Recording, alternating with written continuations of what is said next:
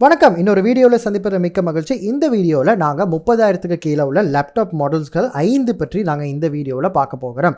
So இந்த வீடியோவில் அந்த ப்ராடக்ட்ஸ் 5 பற்றி பார்க்குறதுக்கு முன்னாடி ஒரு சின்னதாக ஒரு தகவலை மட்டும் சொல்லிடுறேன்.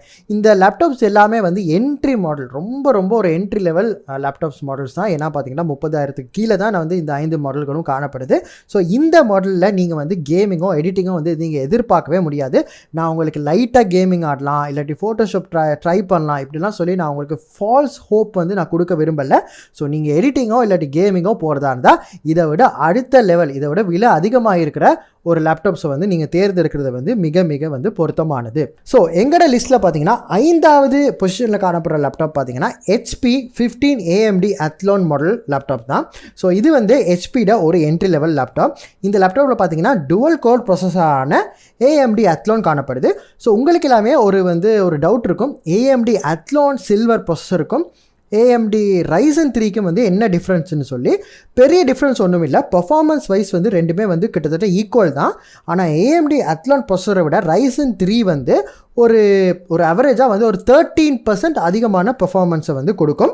அதே நேரத்தில் பார்த்தீங்கன்னா 2 த்ரெட்ஸ் வந்து அதிகம். ஒரு ப்ராசஸர் எடுத்தால் கோர் த்ரெட் வந்து காணப்படும். இது ரெண்டுமே தான் வந்து ப்ராசஸரோட ஸ்பீடை வந்து நிர்ணயிக்கும். ஸோ இந்த Ryzen 3 பார்க்கலும் பார்த்தீங்கன்னா AMD Athlon ப்ராசஸரில் வந்து 2 த்ரெட்ஸ் வந்து குறைவாக வந்து காணப்படும். அது மட்டும் இல்லாமல் இந்த HP லேப்டாப்பில் வந்து ரொம்ப ஃபாஸ்ட்டான ஒரு 1 TB SATA ஹார்ட் ட்ரைவ் வந்து கொடுத்துருக்காங்க. இந்த எல்லா மாடல் லேப்டாப்பையும் வந்து 4 GB RAM தான். இப்போ நான் 1 to 5 சொல்ல போகிற எல்லா மாடல்லையுமே வந்து பேசிக்காக வந்து 4 GB RAM தான் கொடுப்பாங்க. ஸோ உங்களுக்கு வேணும்னா நீங்கள் அப்புறம் வந்து அப்கிரேட் பண்ணிக்கலாம். ஸோ இந்த லேப்டாப்ஸ் எல்லாத்துலேயுமே வந்து இன்டெகிரேட்டட் கிராஃபிக்ஸ் தான் வருது. ஸோ அந்த வகையில் இந்த HP லேப்டாப்ஸில் வந்து AMD Radeon 580 கிராஃபிக்ஸ் தான் வருது. அது இன்டெகிரேட்டட். ரொம்ப வந்து பெர்ஃபார்மன்ஸ் குறைஞ்ச கிராஃபிக்ஸ் கார்டு தான். கம்பேரிங் டு டெடிகேட்டட் பார்த்தீங்கன்னா இது ரொம்ப குறைஞ்ச கிராஃபிக்ஸ் கார்டு தான். இருந்த போதிலும் வந்து உங்களுக்கு டெய்லி டாஸ்க், அதாவது ஒர்க்குக்கோ எஜுகேஷனுக்கோ மூவிஸுக்கோ அதுக்கெல்லாம் வந்து எந்த வித தடையும் வந்து ஏற்படாது. இதோட ஸ்க்ரீன் எடுத்து பார்த்தீங்கன்னா 15.6 இன்ச் HD டிஸ்பிளே கொடுத்துருக்காங்க. இதை வந்து ஃபுல் HDன்னு சொல்ல முடியாது. ஏன்னா இது ரெசல்யூஷன் பார்த்தீங்கன்னா 1366x768. இது வந்து ஃபுல் HDயும் இல்லை, ஹாஃப் HDயும் இல்லை. இப்போ ஃபுல் HD எடுத்திங்கன்னா அதாவது 1980x1080 இந்த மாதிரி ஒரு ரெசல்யூஷனில் வரும். ஹாஃப் HDன்னு எடுத்திங்கன்னா 1280x720 பிக்சல்னு சொல்லி அந்த மாதிரி ரெசல்யூஷனில் வரும். ஸோ இது வந்து எப்படி பார்த்தீங்கன்னா இது வந்து ஹாஃப் HDயை விட கொஞ்சம் ரெசல்யூஷன் அதிகமாக காணப்படுது. அது எதுனா இது வந்து ஒரு ஹாஃப் HD ரேஞ்ச் தான். பட் உங்கள் ரெசல்யூஷன் மேட்ச் பண்ணுறதுக்காக வந்து கொஞ்சம் ரெசல்யூஷன் அதிகமாக வந்து கொடுத்துருக்காங்க. மற்றபடி நீங்கள் HDயா ஹாஃப் HDயா வந்து கன்ஃபியூஸ் ஆக தேவையில்லை. 1366x768 இந்த ரெசல்யூஷன் வந்து நிச்சயமாக வந்து ஒரு ஹாஃப் HD 720 பிக்சல்ஸ் வரைக்கும் தான் நீங்கள் வீடியோஸ் வந்து வியூ பண்ணலாம். அதுக்கப்புறம் பார்த்தீங்கன்னா இந்த லேப்டாப் வந்து 1 கிலோ 750 கிராம் வெயிட்டை வந்து கொண்டு இருக்குது. பேட்டரி லைஃப் பார்த்தீங்கன்னா 6 ஹவர்ஸ் வந்துக்கும் வந்து போகலாம். வெப்கேம் பார்த்தீங்கன்னா 720 HD வெப்கேம் வந்து ஹாஃப் HD கொடுத்துருக்காங்க. ஸோ அது ஒரு நல்ல விஷயம் தான். இந்த வரிசையில் வந்து 4வது காணப்படுற லேப்டாப் பார்த்தீங்கன்னா Acer Aspire 3. இந்த Acer Aspire 3 வந்து இன்டெல்லையும் வருது, ரைசன்லேயும் வருது. பட் நாங்கள் எடுத்துருக்கிறது வந்து Ryzen 3 மாடல் தான். 3200Uன்ற ஒரு Ryzen 3 ப்ராசஸரால் தான் இதை வந்து பவர் பண்ணியிருக்காங்க. இதுலேயுமே வந்து 15.6 இன்ச் டிஸ்பிளே தான் காணப்படுது. அதில் சொல்லியிருக்க மாதிரியே வந்து அதாவது 5வது லேப்டாப் HP லேப்டாப்பில் பார்த்த மாதிரியே இதுலேயும் வந்து 1366x768 ரெசல்யூஷன் டிஸ்பிளே தான் கொடுத்துருக்காங்க. அதாவது இது வந்து ஒரு ஹாஃப் HD டிஸ்பிளேக்கு வந்து சமனாக காணப்படும். நீங்கள் வந்து 720 பிக்சல்ஸ் வரைக்கும் வீடியோஸ் வந்து பார்த்து என்ஜாய் பண்ணலாம். இதுலேயுமே வந்து இன்டெகிரேட்டட் கிராஃபிக்ஸ் தான் கொடுத்துருக்காங்க. ஆனால் இதில் Vega 3 இன்டெகிரேட்டட் கிராஃபிக்ஸ் கொடுத்துருக்காங்க. Vega 3ன்றது முன்னாடி சொன்ன Radeon 580 கிராஃபிக்ஸை விட 50% வந்து பர்ஃபார்மன்ஸ் கம்மியாக கொடுக்கக்கூடிய ஒரு பழைய அவுடேட்டடான ஒரு இன்டெகிரேட்டட் கிராஃபிக்ஸ் தான் இந்த Vega 3 கிராஃபிக்ஸ். இப்போ Vega 8 Vega 11 அப்படி போயிட்டுருக்கு. இருந்த போதிலும் டெய்லி உங்களோட ஒர்க்ஸ்க்கு வந்து இந்த கிராஃபிக்ஸ் வந்து இந்த வகையிலும் உங்களுக்கு தடையாக காணப்படாது. இந்த லேப்டாப் வந்து 1.9 கிலோகிராம் வெயிட்டை வந்து கொண்டு இருக்குது. பேட்டரி பார்த்தீங்கன்னா 6 ஹவர் வந்து உங்களுக்கு பேட்டரி பேக்கப் கிடைக்கும். அதே நேரத்தில் இது வந்து 4 GB ரேமோட வருது.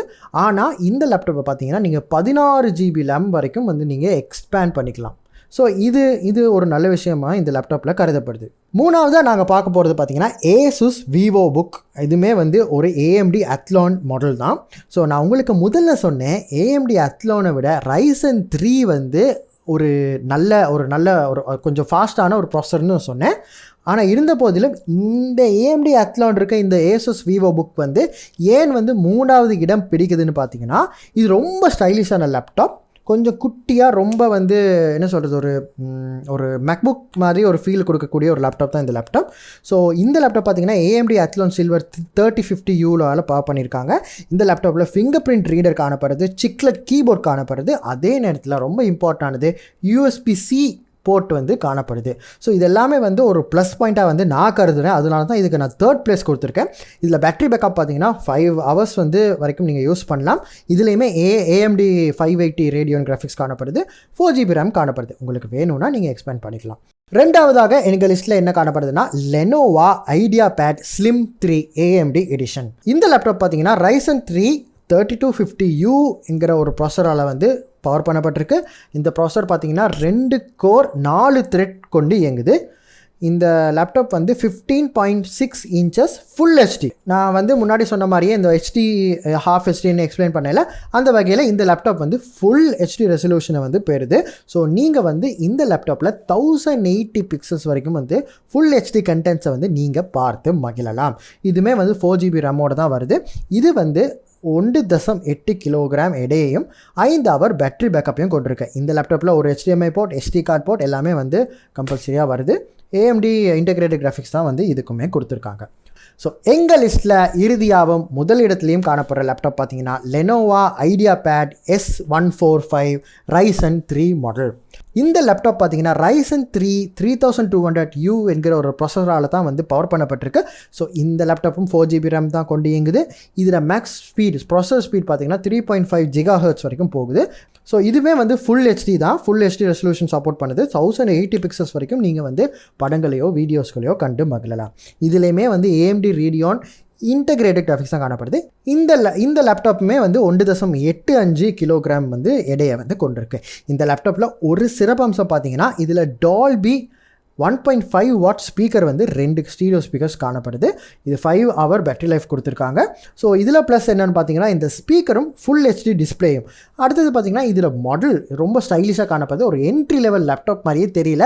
இதை நீங்கள் வெளியில் கொண்டு போய் ஓப்பன் பண்ணி பார்த்தீங்கன்னா டெஃபினெட்லி யாருமே இது என்ட்ரி லெவல் லேப்டாப்னு சொல்லி நம்ப மாட்டாங்க. இந்த 5 லேப்டாப்புக்கும் இருக்க ஒரு சிமிலாரிட்டி பார்த்தீங்கன்னு சொன்னால் இது எல்லாமே வந்து AMDயால் பவர் பண்ணப்பட்டிருக்கு. ஏன்னு பார்த்தீங்கன்னா Ryzen 3 இருக்கட்டும் இல்லாட்டி AMD Athlon ப்ராசராக இருக்கட்டும், இது ரெண்டுக்குமே வந்து போட்டியாக காணப்படுற இன்டெல் ப்ராசர் என்ன பார்த்தீங்கன்னா i3 தான். ஸோ இந்த i3 பார்க்கலாம் ஏன் வந்து AMD ப்ராசர் வந்து பெஸ்ட்டுன்னு சொல்கிறதுக்காக ஒரு வீடியோ வந்து என்ன சேனலில் காணப்படுது. உங்களுக்கு இன்ட்ரெஸ்டிங்காக இருந்துச்சுன்னா அந்த வீடியோவை இந்த வீடியோ முடிச்சதுக்கு அப்புறம் போய் பாருங்கள், உங்களுக்கு வந்து ஹெல்ப்ஃபுல்லாக காணப்படும். அதே நேரத்தில் இந்த லேப்டாப் எல்லாமே வந்து என்ட்ரி லெவல் லேப்டாப். ஸோ இதில் வந்து டெய்லி டாஸ்க் செய்கிறதுமே வந்து ரொம்ப கஷ்டமாக தான் இருக்கும். ஏன்னா வந்து கூகுள் குரோம் ஓப்பன் பண்ணாலே வந்து 2-3 டப் ஓப்பன் பண்ணிவிட்டு நீங்கள் ஒர்க் பண்ணும்போது லக்கு ஸ்டக்ஸ் எல்லாமே வர்றது ஒரு சகஜம் தான். ஸோ நீங்கள் புது லேப்டாப் வாங்கிட்டு இது வந்து ஃபாஸ்ட்டாக வேலை செய்யும், மின்னல் வேகத்தில் வேலை செய்யும்னு சொல்லி நீங்கள் வந்து நினைக்காதீங்க. ஸோ உங்களுக்கு ஒரு சின்ன டிப்ஸ். ஓகே, உங்களுக்கு இப்போ கொஞ்சம் பட்ஜெட் இருக்குது, ஸோ உங்களுக்கு ஒரு லேப்டாப் தேவை காணப்படுது, அப்போ நீங்கள் இதை வாங்குறீங்க. ஸோ வாங்கினீங்கன்னா கவலைப்பட தேவையில்லை. நீங்கள் இப்போ இதை ஓன் பண்ணியிருந்தால் கூட நீங்கள் கவலைப்பட தேவையில்லை. இந்த லேப்டாப்பை ஃபாஸ்ட் ஆக்கிறதுக்கான 2 வழி இருக்குது. ஒரு வழி பார்த்தீங்கன்னா இது எல்லாமே வந்து HDD வருது. ஸோ இந்த HDDயை கலட்டி தூர வீசிட்டு SSD போடுங்க. சில லேப்டாப் வந்து NVSSD அதாவது வந்து PCIe SSD வந்து சப்போர்ட் பண்ணுது. ஸோ சில லேப்டாப்ஸ்களுக்கு வந்து நீங்கள் HDDயை வந்து கலட்டி வீச தேவையில்ல, HDD + SSD கூட நீங்கள் யூஸ் பண்ணிக்கலாம். ஸோ இந்த மாதிரி நீங்கள் SSDயை வந்து நீங்கள் யூஸ் பண்ணுறனால உங்கள் லேப்டாப் வந்து பல மடங்கு வந்து அதிகரித்து கொள்ளலாம். ஒரு லேப்டாப்பில் வந்து எப்படி SSD வந்து இன்ஸ்டால் பண்ணணும், எப்படி வந்து HDD + SSDயும் எப்படி இன்ஸ்டால் பண்ணணும் என்பது பற்றி தெளிவான வீடியோக்கள் வந்து எங்கள் சேனலில் காணப்படுது. அதையும் நீங்கள் மறக்காமல் பாருங்கள். அதே நேரத்தில் இது 4GB RAM எல்லாமே பேஸ் மாடல் 4GB RAMல வருது. இந்த 4GB RAM வந்து நீங்கள் 8GB அப்கிரேட் பண்ணிங்கன்னு சொன்னால் உங்களுக்கு ஃப்யூச்சர் ப்ரூஃபான ஒரு என்ட்ரி லெவல் லேப்டாப் வந்து கிடைக்கும். உங்களோட டெய்லி டாஸ்களுக்கு வந்து எந்த வகையிலும் வந்து ஸ்லோவோ லெக்கோ வரதுக்கான சான்ஸ் ரொம்ப கம்மி. 8GBயும் SSDயும் போட்டிங்கன்னு சொன்னால் உங்களுக்கு ஒர்க் வந்து ரொம்ப ஃபாஸ்ட்டாக காணப்படும். அதே நேரத்தில் 8GB SSD கொஞ்சம் புஷ் பண்ணிங்கன்னு சொன்னால் ஓரளவு கேமிங் ஆடலாம். பட் கேமிங் ஆடுறதுக்கான லேப்டாப் கன்ஃபிகரேஷன் இது இல்லை. ஸோ நான் அதை ரெக்கமெண்ட் பண்ணவே மாட்டேன். ஸோ ஒரு சின்ன டிப் தான். நீங்கள் இன்கேஸ் வந்து இந்த மாடலை ஓன் பண்ணியிருந்தீங்கன்னா இந்த மாதிரி எஸ்எஸ்டியும் போட்டு ரம்மையாக அப்கிரேட் பண்ணுங்கள். ஏதாவது உங்களுக்கு சந்தேகங்கள் இல்லாட்டி எதுவும் நீங்கள் சொல்லணும்னு நினச்சிங்கன்னா நீங்கள் கமெண்ட்டில் பதிவிடலாம். அப்படி இல்லைனா எங்களோட இன்ஸ்டா பக்கத்தில் போய் டிஎம் பண்ணுங்கள். உங்களுக்கு எங்களால் முடிஞ்ச உதவியை நாங்கள் பண்ணுறோம். இன்னொரு வீடியோவில் சந்திக்கிறோம். நன்றி, வணக்கம்.